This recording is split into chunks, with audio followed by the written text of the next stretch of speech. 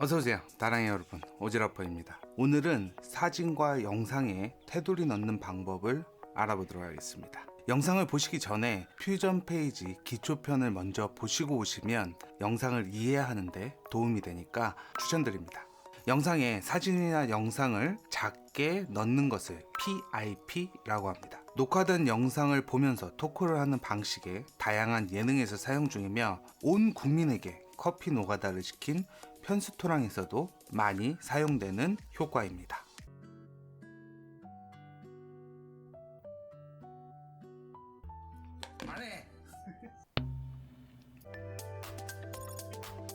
사진과 영상을 간단하게 테두리 넣는 방법은 이전에도 잠깐 다룬 적이 있는데 한번 살펴보면 PIP 영상 소스를 3번 트랙에 배치를 하고 이펙트 라이브러리, 제너레이터, 솔리드 컬러를 타임라인으로 불러와서 2번 트랙에 배치한 후에 3번 트랙에 있는 영상 소스의 줌을 살짝 줄여주는 방식이었습니다. 그리고 하단의 2번 트랙 솔리드 컬러를 선택을 해서 인스펙터 메뉴에서 컬러를 변경해주면 색상 테두리가 됩니다.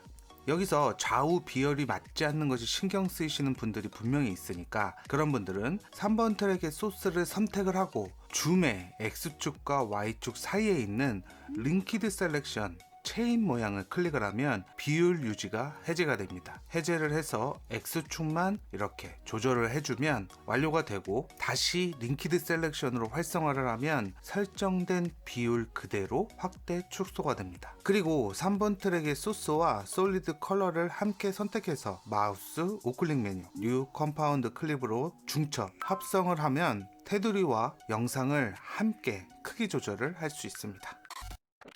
물론 위치 조절도 가능하죠. 이런 작업을 할 때 처음 다빈치 리졸브를 시작하시는 분들이 가장 많이 하는 실수는 영상 소스를 선택을 하고 줌을 줄여야 상단에 있는 영상 소스가 줄어들면서 테두리가 보이게 되는데 솔리드 컬러의 크기를 줄이면 상단에 있는 영상 소스가 가리기 때문에 보이지 않게 되죠. 그러니까 항상 작업하기 전에는 내가 작업하려고 하는 클립이 맞는지 확인을 하셔야 합니다. 그래야 두 번, 세 번 반복 작업을 하지 않습니다. 움직임이 많은 영상들은 이 방법밖에 사용할 수가 없습니다. 크롭을 시키거나 폴리곤으로 사용하면 촬영자가 앵글 밖으로 나가기 때문이죠. 그래서 추가로 작업을 해줘야 되는데 손이 굉장히 많이 가는 작업입니다. 그래서 예능에서는 테이블이나 한자리에 서서 토크를 할 때 그 화면을 보통 PIP 영상으로 사용하죠. 에디트 페이지에서 테두리 작업을 하면 편리하긴 하지만 PIP 영상을 크롭해서 사용할 경우 크롭을 하는 방식 자체가 번거롭습니다. 물론 프리뷰 화면 하단에 크롭을 활성화해서 마우스로 드래그를 하면 편리하긴 하지만 변형이 불편하고 일정한 비율 유지가 불편합니다. 또한 사각형만 가능하다는 건 큰 단점이죠. 그래서 처음 배울 땐 조금 불편하지만 퓨전 페이지에서 테두리를 넣는 방법을 알아보려고 합니다. 비디오 1번 트랙에는 원본 영상을, 비디오 2번 트랙에는 PIP 영상을 배치합니다.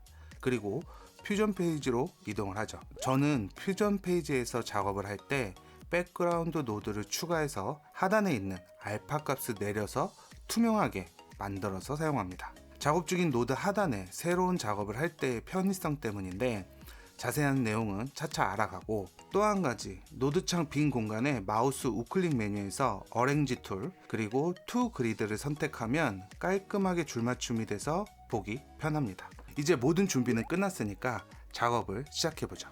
지난 개한 효과와 대두 효과에서 사용되었던 선택 도구 툴들은 모두 4가지로 중앙에 아이콘이 배치되어 있습니다. 아이콘 모양 그대로 렉탱글은 사각형, 일립스는 원형, 폴리건은 펜형, 비스플라인은 둥근 펜형인데 이 도구들을 이용해서 테두리를 넣으려고 합니다. 먼저 메디아를 선택하고 렉탱글 툴을 선택하면 사각 모양으로 선택이 됩니다. 프리뷰 화면의 센터를 마우스로 선택해서 위치를 수정하고 선택 영역을 지정해주고 중앙 아이콘에서 백그라운드를 불러와서 메디아 노드 앞쪽에 연결을 해주세요. 메디아 노드보다 뒤쪽에 연결을 하면 당연히 안됩니다. 다시 메디아 노드 앞쪽에 배치를 해주고 테두리의 색상을 결정합니다. 흰색으로 하죠. 이제 메디아 노드보다 조금 크게 렉탱글 툴을 선택하면 되는데, 메디아 노드와 같은 비율로 테두리를 만들기가 쉽지 않기 때문에 메디아 노드의 렉탱글 툴을 복사해서 같은 크기로 만들어줄 수가 있습니다. 퓨전 페이지에서는 Alt 드래그 복사는 되지 않지만 단축키 Ctrl C, Ctrl V로 노드 복사가 가능합니다. 메디아 노드의 렉탱글 툴을 복사해서 백그라운드 2번 테두리에 붙여넣기를 해주면 동일한 크기로 선택은 되지만 우리가 원하는 것은 테두리니까 배경보다 조금 더 커야겠죠.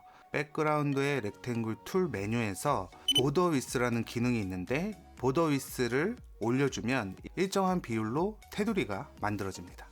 또한 테두리의 색상은 백그라운드의 색상으로 언제든 변경할 수 있죠.